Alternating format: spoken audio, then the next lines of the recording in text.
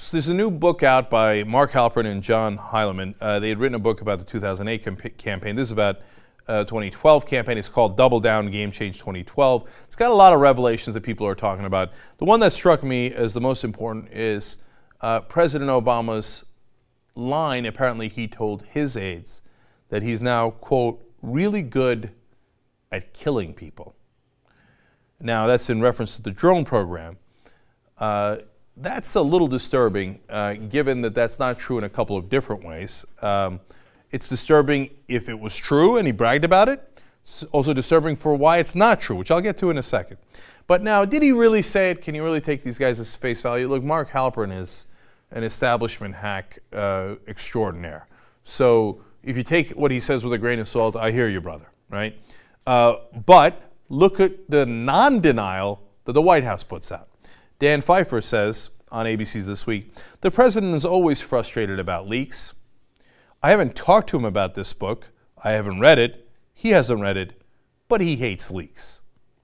In other words, there's no denial whatsoever that the president said that. He's just saying, we don't like it when you leak that he said that. Why don't they like that? Well, of course, he seems incredibly callous, because the reality is he is incredibly callous about how drone strikes have been used.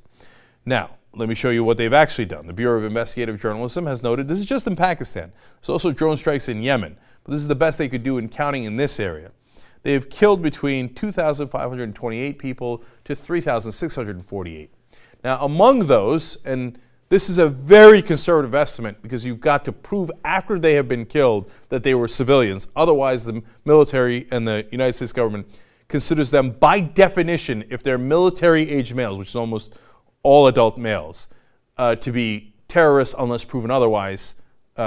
So in that conservative estimate, 416 to 948 civilians killed.